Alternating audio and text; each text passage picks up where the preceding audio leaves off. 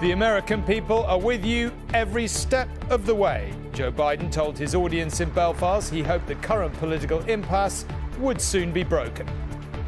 I believe democratic institutions established through the Good Friday Agreement remain critical to the future of Northern Ireland.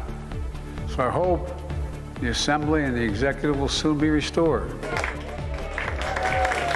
It was a short and possibly not very impactful visit, but tonight he is drawing bigger crowds south of the border.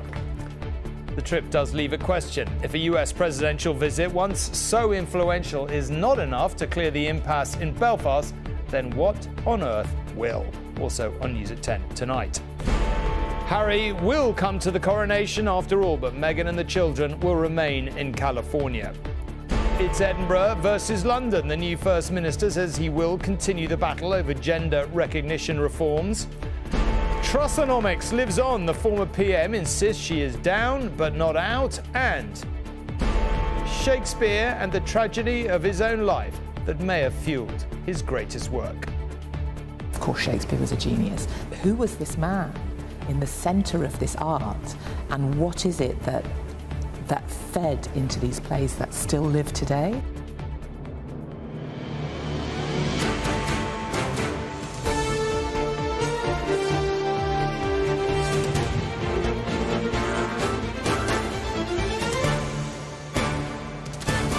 This is ITV News at 10 with Tom Bradby.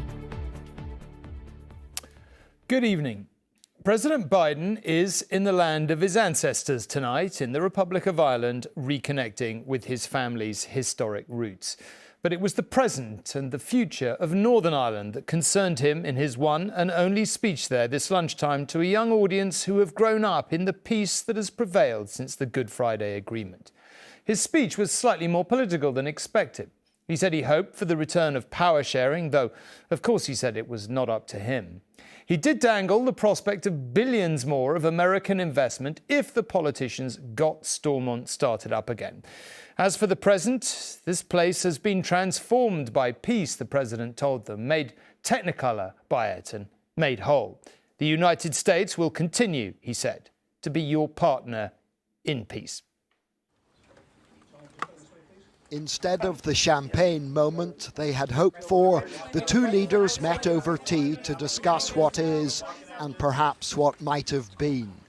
Unionists had warned President Biden that cajoling them would worsen the political impasse, and he indicated he'd come to listen. Although Mr. Biden's sister Valerie was talking up the trip, it's going to be great. Thank you. The truth is that after it was announced, the president's visit became less ambitious by the day, until in the end he left his Belfast hotel for one public engagement. 25 years after President Bill Clinton helped broker the Good Friday Agreement, President Joe Biden probably imagined this would be some kind of victory lap. Instead, it's a rather subdued and short visit to Belfast. After meeting local political leaders at a new university campus, the president reflected on the agreement reached under the chairmanship of Senator George Mitchell back in 1998. Every person killed in the Troubles left an empty chair at that dining room table and a hole in the heart that was never filled for the ones they lost. Peace was not inevitable. We can't ever forget that. There was nothing inevitable about it. As George Mitchell often said, the negotiations had, quote, 700 days of failure and 1 day of success. Careful not to be critical of anyone, he then expressed his wish that power sharing at Stormont be restored. As a friend, I hope it's not too presumptuous for me to say that I believe democratic institutions established through the Good Friday Agreement remain critical to the future of Northern Ireland. So I hope the Assembly and the Executive will soon be restored. That's a judgment for you to make, not me, but I hope it happens. Air Force One left Belfast International at lunchtime, its most important passenger's wings slightly clipped by political realities here. Soon afterwards, he was stepping off in Dublin. from where he travelled to County Louth to visit Carlingford Castle, the last landmark his great-great-grandfather Owen Finnegan saw as he set sail for New York. Mr. President, how does it feel to be here, sir? Feels wonderful. Feels like I'm coming home.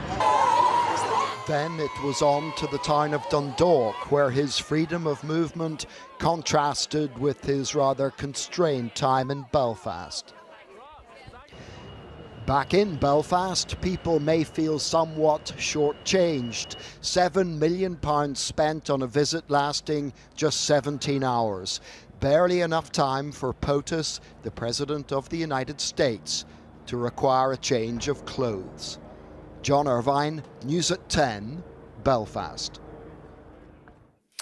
Well, President Biden did tread a careful path through Northern Irish politics, offering encouragement, not instructions to local leaders, as you saw. His diplomacy towards the Democratic Unionists, currently blocking the reopening of the Stormont Assembly, was delicate enough to keep them on side. But some businesses and people clamouring for improvements to their everyday lives told us he should have been tougher.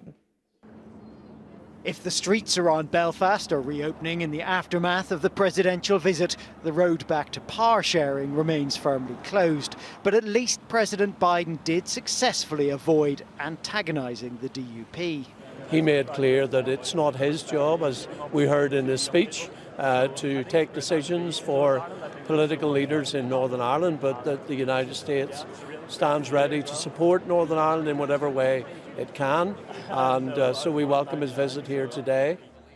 The main party leaders here had met President Biden briefly before his speech. I very much took the opportunity to thank the President and, for the American administration's, long-standing commitment to our peace process, but very much to their commitment for the next 25 years. And he made it very clear in his speech today also that they will be, they're thinking towards investment opportunities. The Belfast Good Friday Agreement is a priority. As part of that, the President promised a US trade delegation this year, although for students watching the speech, that's still secondary to having a functioning government. If you walk around uni, I don't think people are really thinking about trade deals from America. People are thinking about social lives, getting a job, and that cost of living crisis. There's the bread and butter issues. They're more concerned about having a government, someone that's actually supporting them, their values. What morals do Northern Ireland really want, especially young people? Do you think he could have been a bit tougher with the local politicians? I know there's some controversy about him maybe coming over or what the reaction was to it, but he clearly knew what he was talking about and what to say, and he kept it quite neutral, I suppose, in a way, especially on a thing like Brexit and the Windsor Framework and our political situation. Although at this logistics business, the boss wonders if a bit more could have been achieved. Maybe if he was staying here a wee bit longer, he could have put a wee bit more pressure on, but however, it is what it is. Would you like to have seen him stay a bit longer? Well, yes, I think he could have spent an extra few hours in the place. It's a fly in and fly out with all the additional costs involved in that and security and the upset and everything else for a few hours. President Biden's brief visit may not have improved the political situation, but it was a reminder of how far politics has come here. And at least he didn't make it any worse. Carl Dinnan, News at 10, Belfast. The road to the north and the Republic of Ireland is well trodden for American presidents. A long line of hopefuls seeking the crucial Irish-American vote have made the pilgrimage. And here comes a ticker tape. This looks more like Wall Street. It was President Kennedy 60 years ago who set the stage. But how significant it actually was in swaying American voters back home, we'll never know, because his triumphant motorcade through Dublin provided a chilling prescient image of what happened just 5 months later, his assassination in an open-top car in Dallas, Texas.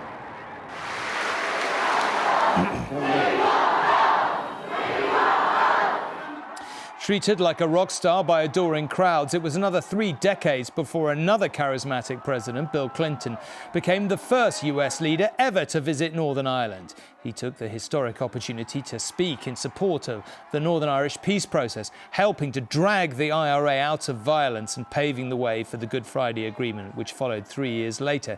His role at that time has always been seen as critical in persuading the IRA to trust the process. With peace in Northern Ireland secured, Barack Obama's short stopover in the Republic to showcase his family's Irish history and his love of Guinness was less to do with the Troubles and more about the 40 million or so American voters who claim Irish ancestry. Donald Trump's mother is a Scot, not Irish, but he still flew to the Republic during a transatlantic trip and after visiting his luxury golf course caused political consternation by referring to the border with the North as a wall, which of course it isn't, as the Irish Prime Minister was very quick to clarify. Where would you start? Now, in a moment, we'll speak to John in Belfast. But first, let's just go to Rachel in Dublin. Rachel, you've been following the President all day. As I was saying, you might argue the real audience for this is not there, or indeed north of the border, but back home in America.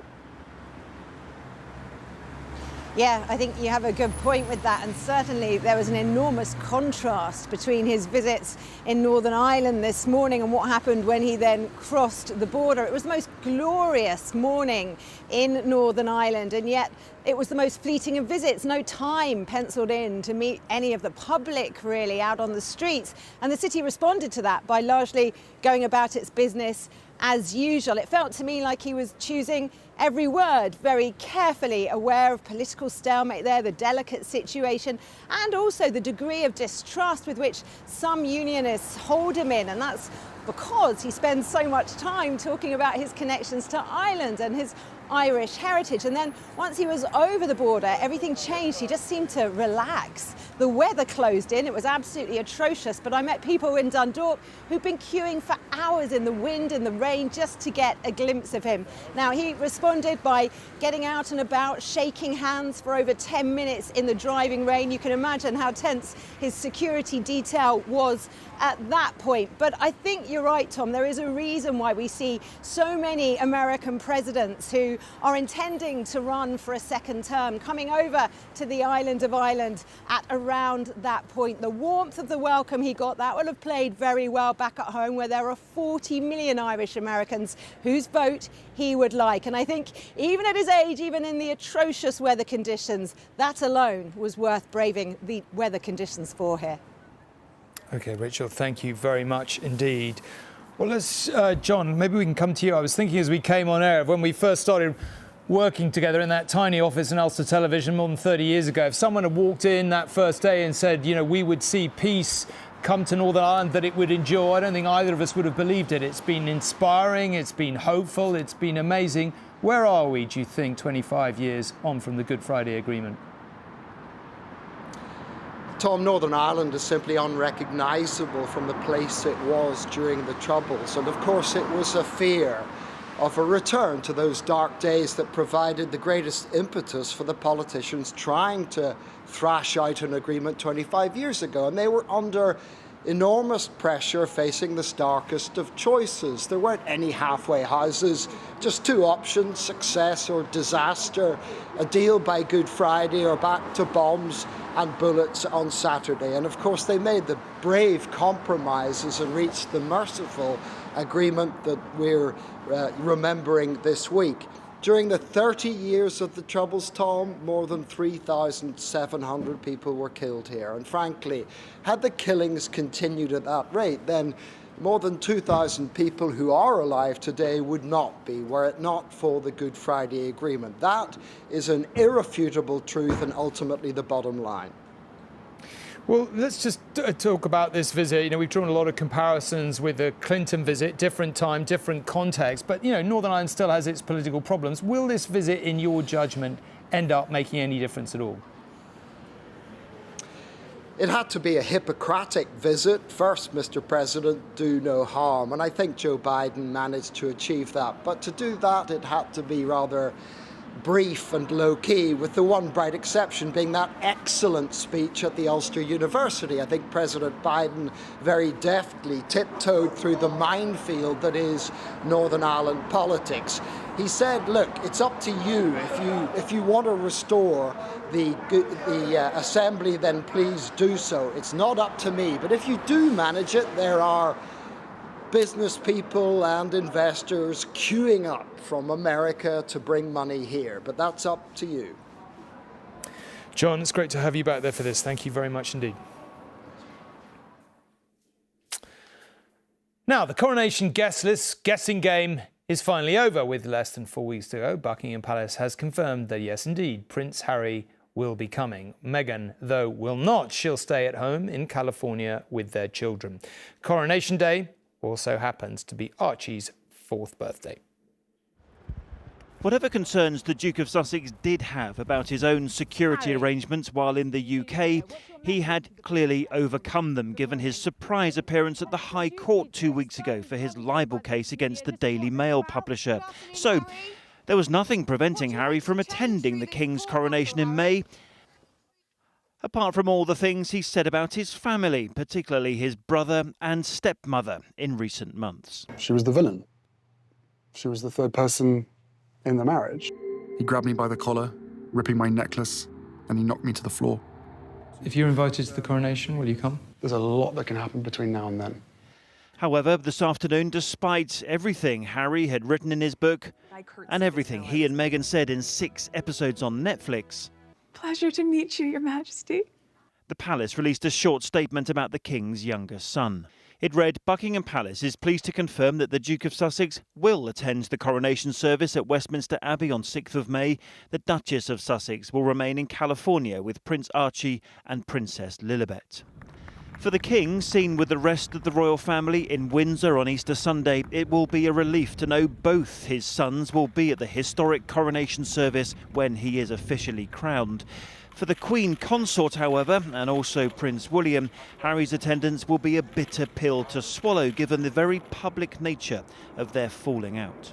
The concern among the members of the royal family, particularly Charles and William, will be, well, is this simply going to provide more material for Harry to then write about or give interviews about afterwards? So, you know, it's not going to be easy, the fact that Harry's there, but I think on balance it would have been more difficult for Charles in particular if his son really had literally stayed away. Harry travelling to the UK without Meghan will also avoid a repeat of any awkward moments like this one following the death of Queen Elizabeth. It was meant to be a show of solidarity between the two brothers and their wives. It only highlighted the huge rift in this family, something all sides are hoping they can now move on from. Let's see. Chris Ship, News at 10.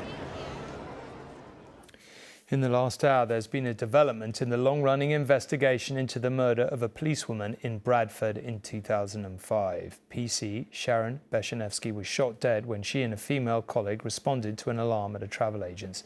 The suspect is a 74-year-old man, Pirandita Khan, who has been extradited from Pakistan. He will appear at Westminster Magistrates Court tomorrow.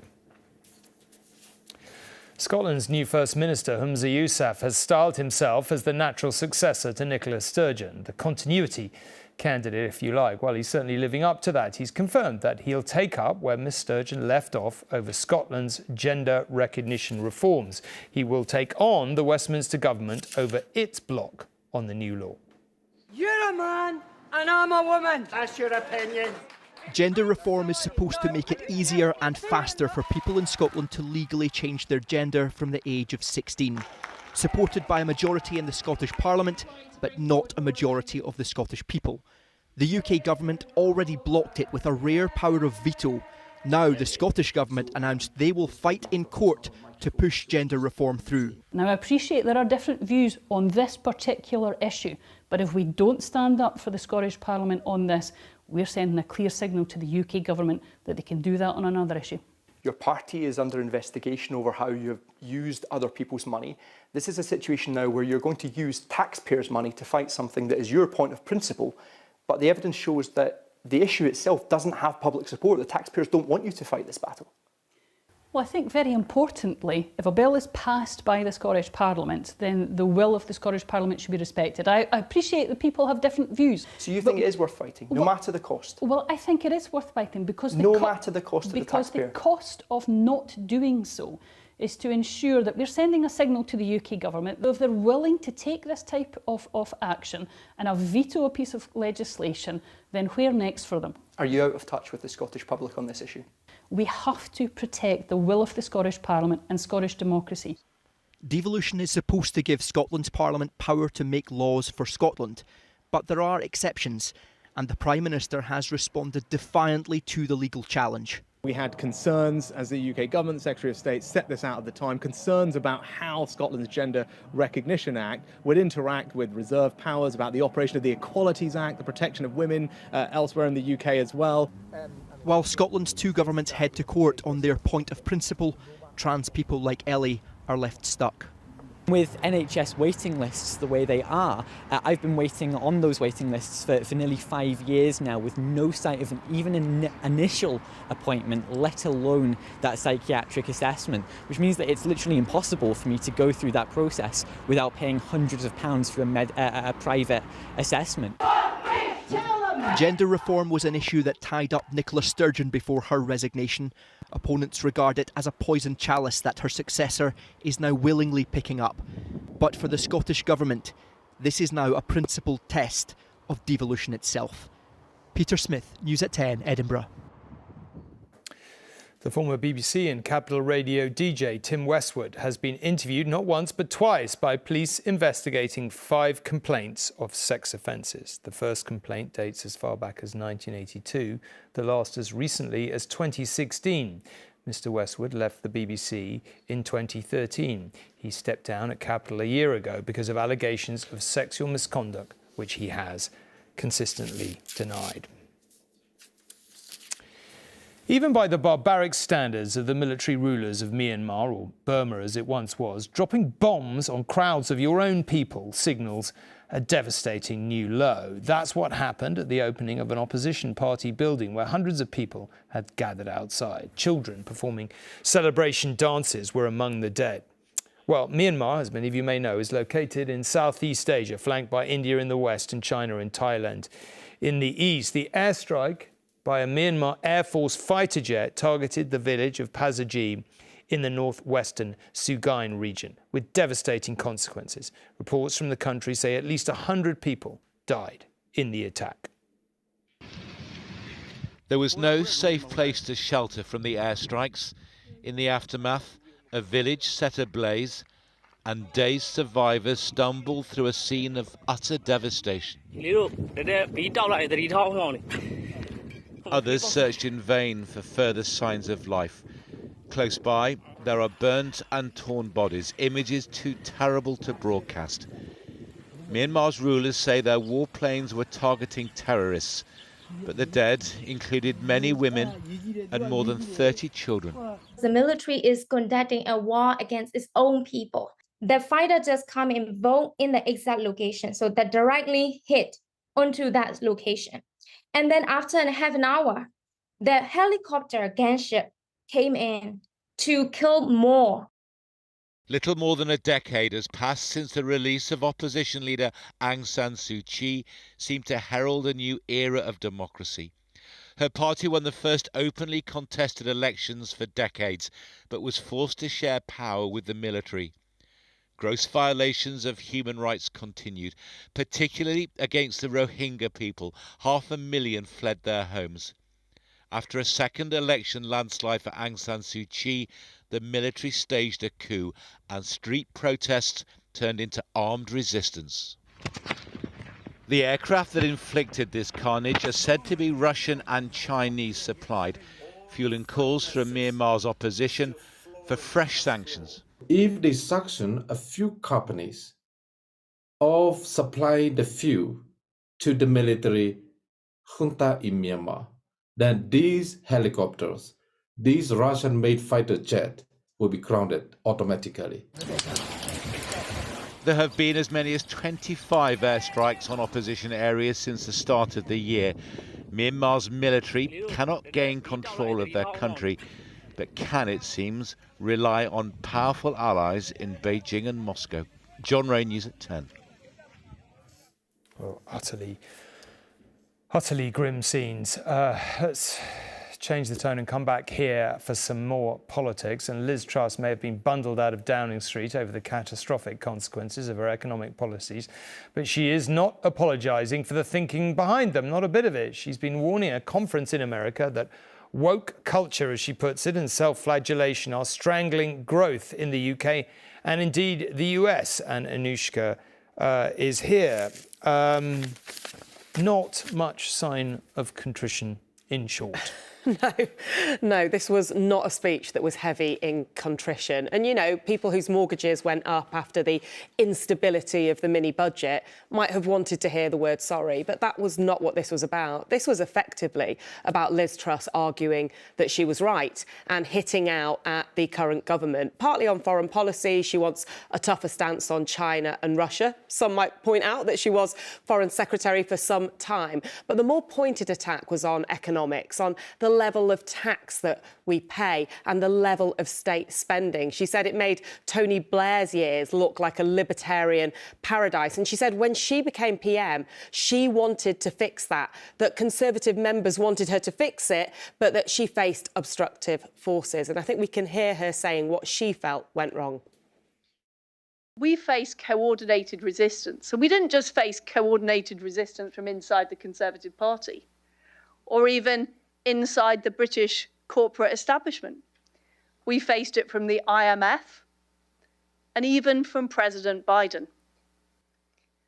Last autumn, I had a major setback. But I care too much to give up on this agenda. I think it's too important. Well, as we said, not a lot of sign of contrition, but is anyone listening within the party at this point? Are MPs still listening to her or not? I mean, a lot of MPs are trying very hard not to listen to her. I mean, virtually got their fingers in their ears. I got a couple of really quite harsh messages from MPs today. One said that they felt the vast majority of colleagues effectively wanted her to retire from public life, said they were not interested in what she had to say. Another said it would be better for us if she said nothing at all. But look, there are a smaller group of MPs who are effectively banging the same drum as Liz Truss. They do think that it was wrong that she was ousted. And some of them really don't like Rishi Sunak. I mean, one said to me recently, a Conservative MP, I just hate this government right now. And, you know, there are Conservative members who also feel they voted for her and that they had no say in her being thrown out of the party. So, look, there are some who are listening to her and who like what she's saying. And the thing she made very clear today was that she's not going to stop saying it. She's going to carry on. And ideologically, it will appeal to some in some wings of the party. OK, thank you very much indeed. Now, finally, the greatest storyteller of them all, William Shakespeare, actually revealed very little of his own life story in his writings. Now, the theatre group that bears his name, the Royal Shakespeare Company, is aiming to put that right with, what else? A stage play. This is the house where it all began. So this is the room where Shakespeare was born, but also where his son, Hamlet, we think, may have been born. That's right. So I'm with the author who has reignited interest in the Bard's family life in Stratford-upon-Avon. There's so much about Shakespeare we don't know. So much of his biography and his story is missing.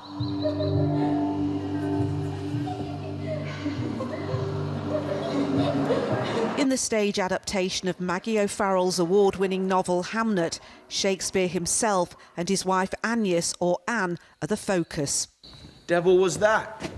Little is known about their life together. I'm Agnes. Agnes Hathaway. Even less about their son, who died aged 11. Here depicted standing at his father's shoulder, history, says O'Farrell, has left him behind. I wanted to put this forgotten, overlooked child centre stage. What does it mean that he called, probably I think anyway, his best play after this son? And it's never, and yet Hamnet has always been just relegated to a footnote. To be or not to be, that is the question. Hamlet is just one of the plays she believes was inspired by Hamlet's tragic death. Grief and loss are evident in other works. Will you manage? I will. And you'll tell Eliza to write when your time comes? I will. For the writer who's adapted the novel for the Royal Shakespeare Company, new perspectives on the family are welcome. Of course, Shakespeare was a genius. Who was this man in the centre of this art, and what is it that fed into these plays that still live today? And it can only have been the people behind him. In the churchyard where the family is buried, alongside the memorial for his twin sister Judith, who long outlived him, there is now a tree and a plaque dedicated to Hamlet Shakespeare.